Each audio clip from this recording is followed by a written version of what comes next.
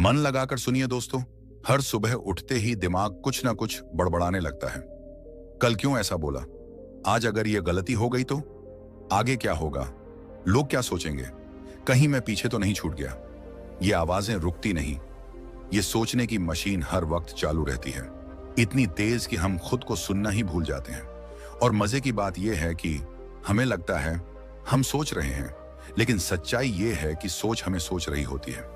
कई बार ऐसा लगता है जैसे दिमाग एक मैदान है और उसमें एक के बाद एक विचार ऐसे दौड़ते हैं जैसे कोई रेस चल रही हो। कोई मंजिल नहीं, कोई दिशा नहीं, बस दौड़। अब सोचिए, कोई इंसान दिन भर सड़क पर दौड़ रहा हो, बिना रुके बिना सोचे। लोग उसे देखकर कहेंगे ये पागल है। तो फिर हमारे दिमाग के साथ यही क्यों हो रहा है? हम क्यों हर समय कुछ ना कुछ सोचते रहते हैं? सोचना बंद क्यों नहीं होता? क्या हम भी पागल हो रहे हैं धीरे धीरे, चुपचाप? आपने कभी गौर किया है, जब आप किसी गहरी परेशानी में होते हैं या कोई बड़ा डर दिमाग में होता है, तो आप खाने का स्वाद नहीं महसूस कर पाते, किसी से की गई बात याद नहीं रहती, सामने कोई बैठा हो तो भी आप अकेले होते हैं, क्योंकि आप अपने अंदर ही कहीं गुम हो जाते हैं, सोच के जंगल में। और यही है असली कैद, जिसमें हम खुद को कैद कर चुके हैं, बिना हथकड़ी, बिना सलाखों के। इस सोच की आवाज इतनी तेज होती है कि उसमें हम अपने दिल की आवाज ही नहीं सुन पाते। दिमाग इतना बोलता है कि दिल खामोश हो जाता है। इसीलिए लोग कहते हैं सोच सोच के मर गया, कुछ कर ही नहीं पाया। हम में से कई लोग अपनी जिंदगी सिर्फ अगर, मगर और शायद में गुजार देते हैं। अगर मैंने वो कर लिया होता, शायद अब तक मैं कुछ बन चुका होता, काश उस दिन डर के बजाय कदम बढ़ा दिया होता। ये शब्द सुनने में छोटे लगते हैं, लेकिन इंसान की आत्मा को चुपचाप चबा जाते हैं। अब एक छोटा सा उदाहरण सोचिए। मान लीजिए आपके हाथ में एक गिलास है, उसमें थोड़ा पानी है और आपने उसे पकड़ रखा है। अब गिलास भारी नहीं है, आप उसे 1 मिनट तक आराम से पकड़ सकते हैं। लेकिन अगर आपको वही गिलास 1 घंटे, फिर 1 दिन, फिर 1 हफ्ते तक पकड़ना पड़े, तो क्या होगा? वो छोटा सा गिलास अब बोझ बन जाएगा। बस यही होता है जब हम कोई चिंता, कोई विचार, कोई डर बहुत देर तक पकड़ कर रखते हैं। वो हल्की सी बात धीरे धीरे एक भारी बोझ बन जाती है। और ये बोझ सिर्फ दिमाग में नहीं रहता, फिर वो शरीर पर भी असर करता है। नींद उड़ जाती है, दिल की धड़कन तेज हो जाती है, सिर दर्द, थकावट, चिड़चिड़ापन, और धीरे धीरे हम खुद को खोने लगते हैं। इसलिए अब समय है रुकने का। अब जरूरत है उस अनंत सोच की रफ्तार को ब्रेक लगाने की। अब वक्त है खुद से मिलने का, खुद को सुनने का, खुद को शांत करने का। दिमाग शांत हो तो हम जीवन को महसूस करते हैं, वरना जीवन तो चलता रहता है, लेकिन हम तो बस उसकी खिड़की से देखते रह जाते हैं, सोचते हुए। और ये बात आपको किसी किताब, किसी उपदेश, किसी गुरु से पहले खुद से समझनी होगी, क्योंकि ये सोच कोई और नहीं रोक सकता सिवाय आपके। दुनिया की कोई शक्ति आपकी सोच की रफ्तार पर कंट्रोल नहीं कर सकती जब तक आप खुद ना चाहें। पर यहां एक गहरी सच्चाई छिपी है, हम सोचते नहीं हैं, हम सोचने की आदत में फंसे हुए हैं। जैसे कोई सिगरेट पीते पीते आदी हो जाता है और कहता है अब आदत बन गई है, वैसे ही हम भी ज्यादा सोचने की लत में फंस गए हैं। सोचने की लत उतनी ही खतरनाक है जितनी कोई जहरीली लत, क्योंकि ये धीरे धीरे आपको अंदर से मार देती है। और इसका इलाज है सोचना बंद मत करो, लेकिन हर बात पर सोचो मत। जिस तरह मोबाइल में हर नोटिफिकेशन जरूरी नहीं होता, उसी तरह हर विचार पर ध्यान देना जरूरी नहीं होता। कुछ विचार खुद ही आएंगे और खुद ही चले जाएंगे, अगर आप उन्हें पकड़ोगे नहीं। अब समय है ये समझने का कि सोचना ही समाधान नहीं है, कई बार ना सोचना ही सबसे बड़ा समाधान होता है। शांत दिमाग में ही सच्ची समझ पैदा होती है, बिल्कुल वैसे ही जैसे शांत पानी में ही गहराई दिखाई देती है। अगर पानी ही उथल पुथल कर रहा हो तो उसमें कुछ भी स्पष्ट नहीं दिखता। तो अगली बार जब आपका दिमाग बेकाबू हो जाए, जब सोच एक बवंडर की तरह चले, तो खुद से बस एक बात कहना, रुक जा, इस पल में सब ठीक है, मुझे सब कुछ अभी नहीं सोच लेना। हर जवाब अभी चाहिए ये जरूरी नहीं, हर चीज पर नियंत्रण चाहिए ये भी जरूरी नहीं। बस हर पल को जीना जरूरी है, क्योंकि यही पल आपकी जिंदगी है। जिंदगी सोचने से नहीं, जीने से बदलती है, और जीना तब शुरू होता है जब दिमाग शांत होता है। आप इस वीडियो में बने रहिए, क्योंकि अभी आप उस दरवाजे के बाहर खड़े हैं जहां से दिमाग को शांत करने की असली यात्रा शुरू होती है। दिमाग को शांत करना कोई महंगी थेरेपी या कठिन तपस्या नहीं है। ये कोई पहाड़ पर जाकर बैठने जैसा काम भी नहीं है, बल्कि ये वहीं से शुरू होता है जहां आप इस वक्त बैठे हो। आप जिस कमरे में हो, जिस सोच में फंसे हो, वहीं से। दिमाग शांत करने का पहला और सबसे रहस्यमय उपाय है, रोकने की कोशिश मत करो, देखने की कोशिश करो। आपने कभी नदी देखी है? अगर आप उसमें पत्थर डालते हैं तो वो और ज्यादा हिलती है, लेकिन अगर आप किनारे पर बैठकर उसे चुपचाप देखें तो उसका बहाव खुद शांति में बदलने लगता है। बस ऐसा ही हमारे विचारों के साथ होता है। जब आप सोच को रोकने की कोशिश करते हैं, अब नहीं सोचूंगा, अब बस दिमाग बंद, तो वो और तेज भागता है। लेकिन जब आप चुपचाप केवल उसे देखते हो, बिना लड़ाई के, बिना फैसले के, तब वो धीरे धीरे खुद शांत हो जाता है। दूसरा उपाय, सांस को अपना गुरु बना लो। हाँ, सांस, जिसे आप हर पल लेते हो लेकिन कभी उसका एहसास नहीं करते।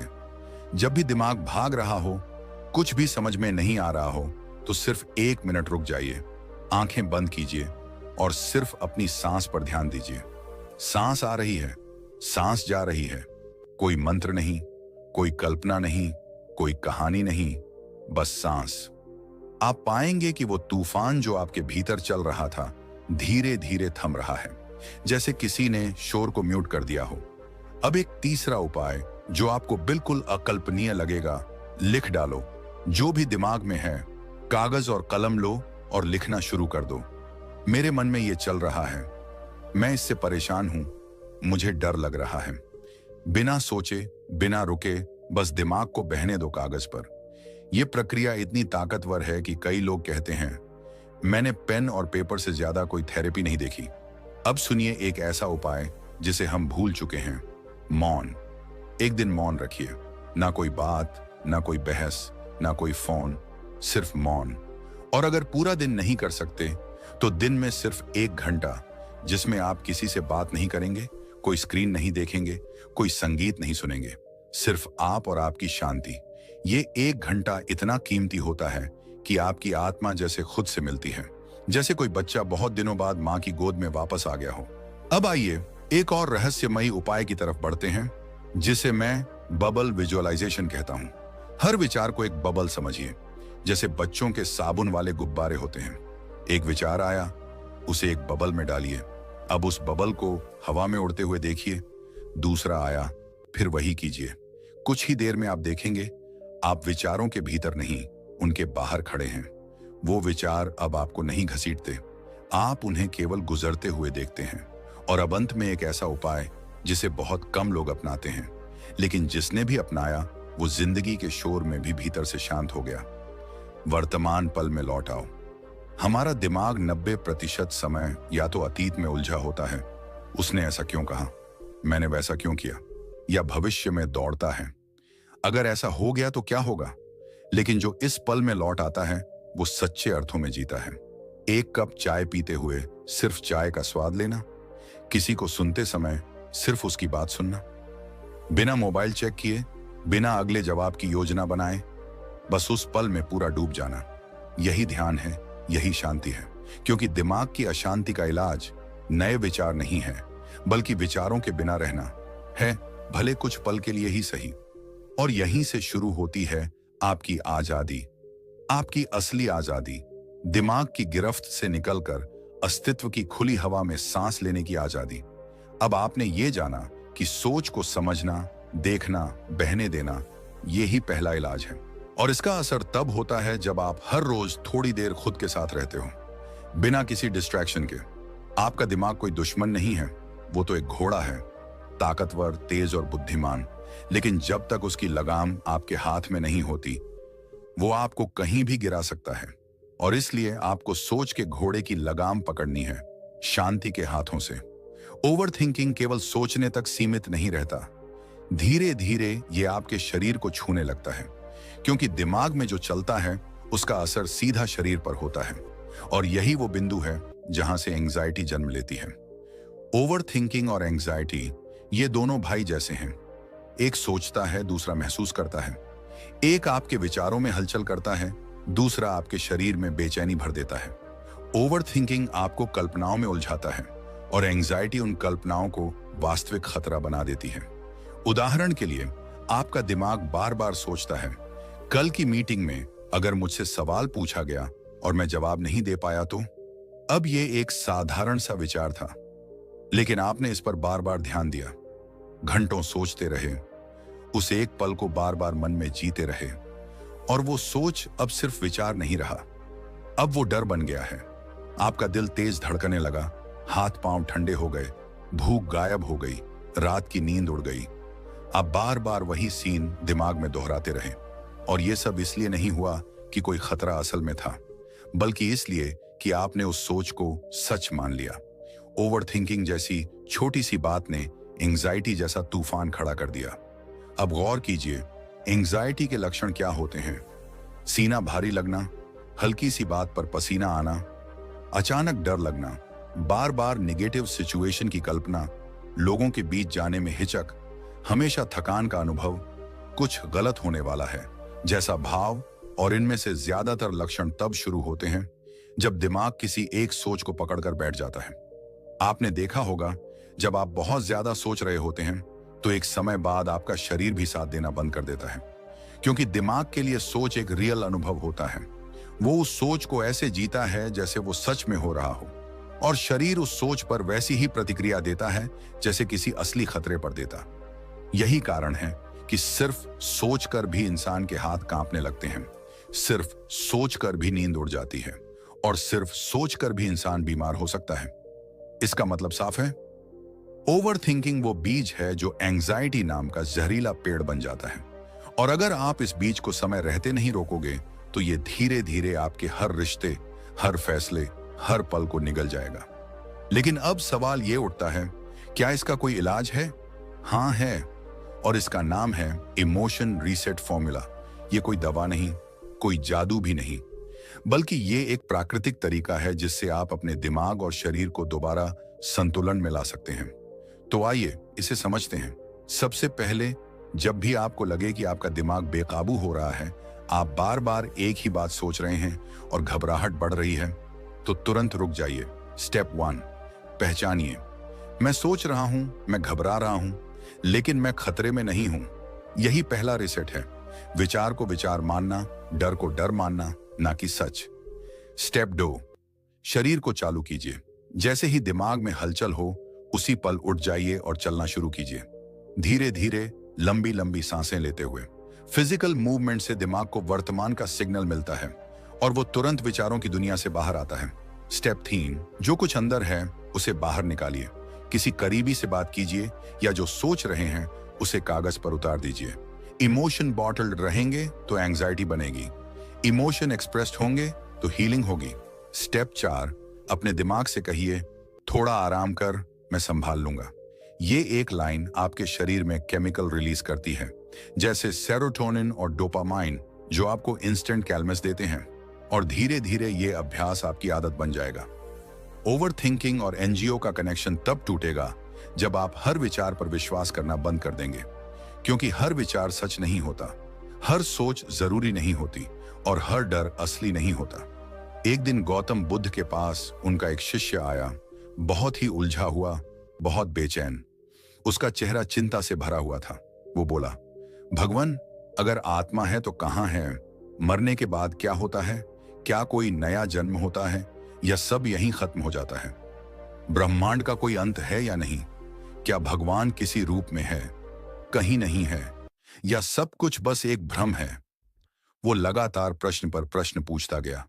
बुद्ध मुस्कुराते रहे और फिर बोले, मान लो किसी आदमी को तीर लग गया हो, विषबाण, और वो व्यक्ति कहे, मैं तब तक इलाज नहीं करवाऊंगा जब तक ये न जान लूं कि ये तीर किसने चलाया, वो किस जाति का था, उसका धर्म क्या था, उसने कौन सी दिशा से तीर चलाया, उसका मकसद क्या था, वो आदमी अभी जिंदा है या मर गया, उसके पास कितने और तीर हैं, और तीर किस लकड़ी का बना है, उसके पीछे लगा पंख किस पक्षी का है, जहर किस पौधे से बनाया गया है। तो बताओ, क्या वो आदमी बचेगा? शिष्य कुछ नहीं बोल सका। बुद्ध बोले, तुम्हारे सवाल ठीक हो सकते हैं, लेकिन जब तक तुम सोचते रहोगे कि तीर क्यों लगा, कैसे लगा, किसने चलाया, तब तक तीर तुम्हारे शरीर को मार देगा। वो झड़ धीरे धीरे तुम्हारे पूरे जीवन में फैल जाएगा। उसी तरह हम सबके दिमाग में भी ऐसे तीर लगे हैं, विचारों के तीर, डर के तीर, ओवर थिंकिंग और एंग्जाइटी के जड़ से भरे हुए। और हम सोचते रह जाते हैं, ये विचार क्यों आए, क्या इसका मतलब ये है, क्या ऐसा होना चाहिए था, अगर ऐसा ना होता तो क्या होता। और इसी सोच सोच कर हम वो सबसे जरूरी काम नहीं करते, वो तीर निकालना। ध्यान, शांति, जागरूकता, ये वही इलाज हैं जो तीर निकालते हैं। हमारे जीवन में भी रोज कई जहरीले विचार तीर की तरह घुसते हैं। किसी की बात, किसी का व्यवहार, कोई डर, कोई पछतावा, और हम उस सोच में फंसकर उसी जहर को भीतर पालते जाते हैं। सोचते हैं और सोचते हैं और सोचते हैं, पर कभी उस जहर को बाहर निकालने की कोशिश नहीं करते। गौतम बुद्ध की यह कहानी सिखाती है कि विचारों को समझो, स्वीकारो, लेकिन उसमें उलझो मत। जिसे हटाया जा सकता है उसे हटाओ, क्योंकि सोचते सोचते जिंदगी बीत जाती है और हम जीना ही भूल जाते हैं। कैसे अवचेतन मन हमें ओवर थिंकिंग की बीमारी में फंसा देता है।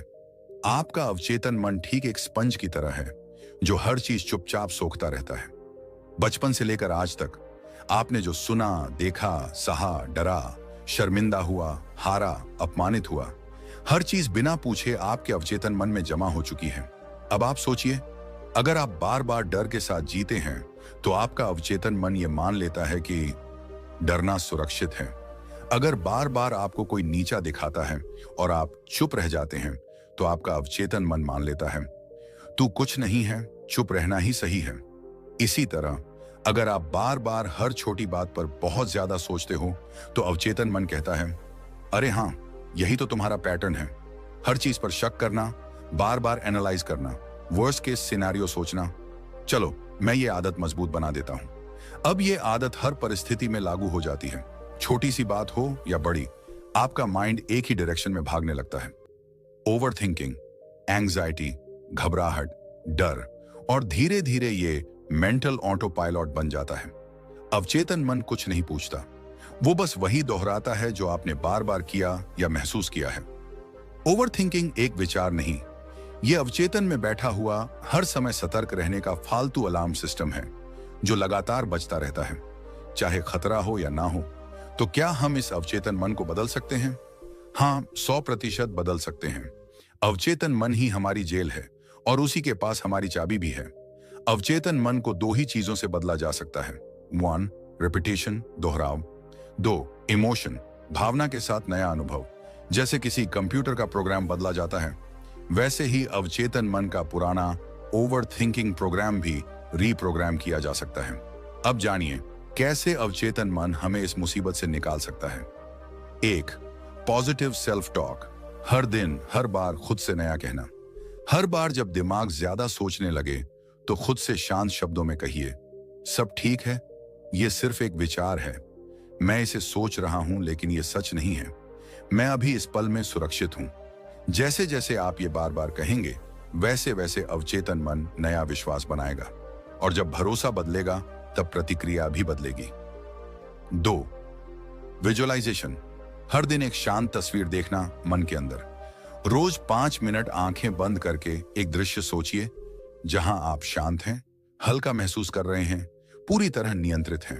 हो सकता है वो दृश्य कोई हरा मैदान हो या आप चाय की चुस्की लेते हुए मुस्कुरा रहे हों। इस विजुअल के साथ आने वाली पॉजिटिव इमोशन अवचेतन मन की पुरानी डर वाली प्रोग्रामिंग को धीरे धीरे रिप्लेस करती है। 3. एफर्मेशंस। हर दिन निर्देश देना। रोज सुबह उठते ही और सोने से पहले 5 बार ये वाक्य दोहराइए, मैं शांत हूं, मुझे हर चीज पर सोचने की जरूरत नहीं, हर पल की चिंता मुझे कुछ नहीं देती, मेरा मन अब मेरा दोस्त है। ये वाक्य नहीं है, ये नई प्रोग्रामिंग कमांड्स हैं। जैसे गाड़ी की स्टीयरिंग मोड़ते हैं वैसे ही आपका अवचेतन धीरे धीरे नई दिशा में मुड़ने लगेगा। 4. हिप्नागॉजिक टाइम का उपयोग। नींद से पहले 5 मिनट, रात में सोने से ठीक पहले। आपका मस्तिष्क एक हाइपर अभ्यास की स्थिति में होता है, इसे हिप्नागॉजिक स्टेट कहते हैं। इस समय आप जो भी सोचते हो वो सीधा अवचेतन में बैठ जाता है। इसलिए मोबाइल या चिंता नहीं, बल्कि उस समय ये सोचिए, मैं अब शांत हूं, सब कुछ ठीक है, मुझे किसी बात से डर नहीं है। कल बहुत अच्छा जाएगा। यही वो प्रोग्रामिंग है जो धीरे धीरे एंजाइटी और ओवरथिंकिंग को मिटा देगी। जब अवचेतन मन समझ जाता है कि अब कोई खतरा नहीं है, अब हर बात पर सोचने की जरूरत नहीं है, अब हम जीवित रहने के बजाय जीने के लिए तैयार हैं, तो वो खुद ब खुद ओवरथिंकिंग का टेप चलाना बंद कर देता है। वो चिंता का अलार्म बंद कर देता है। वो एक नई आजादी देना शुरू करता है। अवचेतन मन वो खेत है जहां आपने ओवरथिंकिंग और एंजाइटी के बीज बोए थे, लेकिन अब आप सचेत होकर उसमें शांति, भरोसे और संतुलन के नए बीज बो सकते हैं। और जब आप ये नए बीज हर रोज सींचते रहेंगे, तो धीरे धीरे आपका दिमाग वही करेगा जो आप चाहेंगे, न कि वही जो पुरानी आदतें चाहती थी। मनोविज्ञान क्या कहता है? ओवरथिंकिंग क्या है? मनोवैज्ञानिकों के अनुसार ओवरथिंकिंग का मतलब है एक ही विचार, परिस्थिति या घटना के बारे में बार बार बेवजह अत्यधिक सोचते रहना, बिना किसी समाधान पर पहुंचे केवल सोच में उलझे रहना। ओवरथिंकिंग के दो मुख्य रूप होते हैं। एक, रूमिनेशन, पछतावा, पुनरावृत्ति। मैंने ऐसा क्यों किया?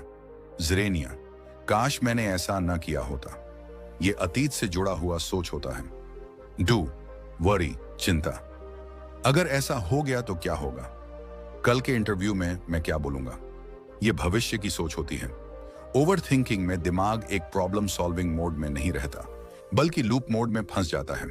मनोविज्ञान यह भी कहता है कि ओवरथिंकिंग कोई सोचने की ताकत नहीं है, बल्कि सोच की लाचारी है। ओवरथिंकिंग के पीछे मनोवैज्ञानिक कारण क्या है?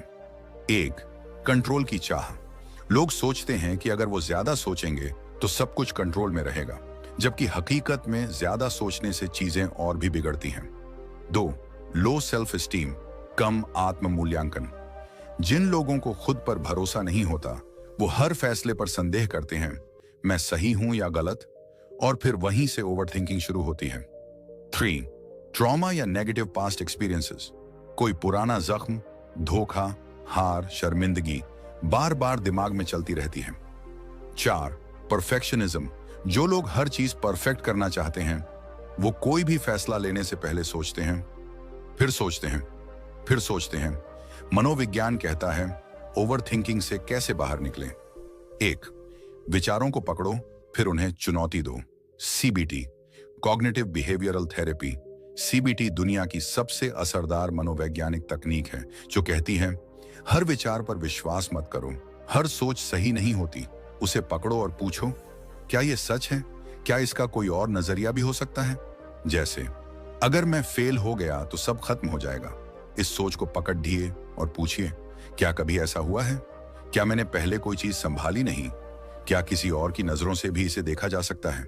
जब आप सोच को तर्क से देखना शुरू करते हैं, तो सोच कमजोर पड़ने लगती है। 2, माइंडफुलनेस, वर्तमान में लौट आओ। मनोविज्ञान कहता है कि ओवरथिंकिंग का इलाज प्रेजेंट मोमेंट है। अपनी सांसों पर ध्यान देना, जो काम कर रहे हैं उसमें पूरी तरह शामिल हो जाना, जो सुन रहे हैं उसे पूरी तरह सुनना, बिना अगला जवाब सोचे। माइंडफुलनेस से मस्तिष्क में अमिगडाला शांत होता है, जो डर और चिंता पैदा करता है। 3, बिहेवियरल डिसरप्शन, सोचने के बजाय कुछ करना शुरू करो। जब भी दिमाग बहुत तेज चलने लगे, चलने निकल जाओ। कुछ लिखो, गाने सुनो, किसी को कॉल करो, कपड़े फोल्ड करो। मनोविज्ञान कहता है कि दिमाग को अगर काम नहीं मिला तो वो खुद को ही खाता है, इसलिए खुद को आइडल मत रखो। 4, लिमिट सेटिंग, एक सीमित समय तय करो। सोचने के लिए हर दिन 10 से 15 मिनट का एक सोचने का समय फिक्स करो। बाकी समय अगर सोच आने लगे तो खुद से कहो, नहीं, मैं इस पर आज शाम 7 बजे सोचूंगा। इससे दिमाग को सिग्नल मिलता है कि हर समय चिंता करने की इजाजत नहीं है। 5, सेल्फ कॉम्पासन, खुद से दयालु होना। ओवरथिंकिंग अक्सर तब बढ़ता है जब आप खुद से नाराज रहते हो। मैं इतना बेवकूफ क्यों हूं? मैंने ये क्यों किया? मेरे साथ ही ऐसा क्यों होता है? लेकिन जब आप खुद से कहने लगते हो, कोई बात नहीं, मुझसे गलती हो सकती है, मैं भी इंसान हूं, सब ठीक हो जाएगा, तो दिमाग में सेल्फ सूदिंग केमिकल्स जैसे ऑक्सीटोसिन रिलीज होते हैं और ओवरथिंकिंग खुद ही शांत होने लगता है। मनोविज्ञान कहता है ओवरथिंकिंग कोई बुराई नहीं है, लेकिन अगर इसे समय रहते ना समझा जाए तो यह एक आत्मनिर्मित जेल बन जाती है। इससे बाहर निकलना मुश्किल नहीं है, बस आपको अपने विचारों से अलग होकर उन्हें देखना और समझना सीखना होगा। ओवर थिंकिंग से मुक्ति कोई पल भर का काम नहीं, बल्कि यह एक अभ्यास है, हर दिन का, हर पल का। आपका दिमाग एक बहुत ताकतवर औजार है, लेकिन जब आप उसे इस्तेमाल नहीं करते तो वो आपको इस्तेमाल करने लगता है। देखिए, ये जीवन बहुत छोटा है, आपका हर एक पल कीमती है। उसे सिर्फ सोचते सोचते नहीं, जीते जीते बिताना है। अगर दिमाग के हर विचार को आपने अपना मालिक बना लिया तो आप कभी चैन से नहीं जी पाएंगे। लेकिन अगर आपने अपने मन को समझ लिया, उससे प्रेम करना सीख लिया, तो वही दिमाग आपका सबसे बड़ा दोस्त बन जाएगा। याद रखिए, हर बार ज्यादा सोचने से आप सच्चाई से दूर जाते हैं और भय के करीब। लेकिन जैसे ही आप अपने विचारों को एक बाहरी चीज की तरह देखने लगते हैं, तो वही सोच कमजोर पड़ने लगती है। जो बात आपको रातों की नींद छीन लेती है, जरूरी नहीं वो उतनी ही सच्ची हो। जरूरी है आप उसे कैसे देखते हैं। आज से एक वादा कीजिए कि आप हर बात को दिल में रखने से पहले एक बार पूछेंगे, क्या ये सोच मुझे आगे बढ़ा रही है या पीछे खींच रही है। अगर आपने ये करना सीख लिया तो मानिए, आपने ओवर थिंकिंग और एंजाइटी को हराने की राह पकड़ ली है। और अगर आपको इस वीडियो ने आपके दिल को छुआ है, आपको ऐसा लगा हो कि हाँ, ये बात मेरे अंदर की थी, तो अब रुकिए मत। इस वीडियो को अपने दोस्तों, परिवार और उस इंसान के साथ जरूर शेयर कीजिए जो आज खुद से उलझ रहा है। और हाँ, अगर आप चाहते हैं कि मन की शांति, मानसिक मजबूती और गहराई से जीने का ज्ञान आपको हर हफ्ते मिलता रहे, तो अभी हमारे YouTube चैनल को सब्सक्राइब कीजिए और बेल आइकन जरूर दबाइए, क्योंकि ये चैनल सिर्फ वीडियो नहीं लाता, ये आपको आपसे मिलाता है। आपके हर विचार में रोशनी हो, आपका हर दिन शांति से भरा हो, यही हमारी कामना है। धन्यवाद, और अगली वीडियो में फिर मुलाकात होगी, जहां हम बात करेंगे मन और दिमाग में क्या फर्क है और कैसे मन हमारा मालिक बन जाता है। तब तक के लिए सोचो कम, जियो ज्यादा और मुस्कुराते रहो।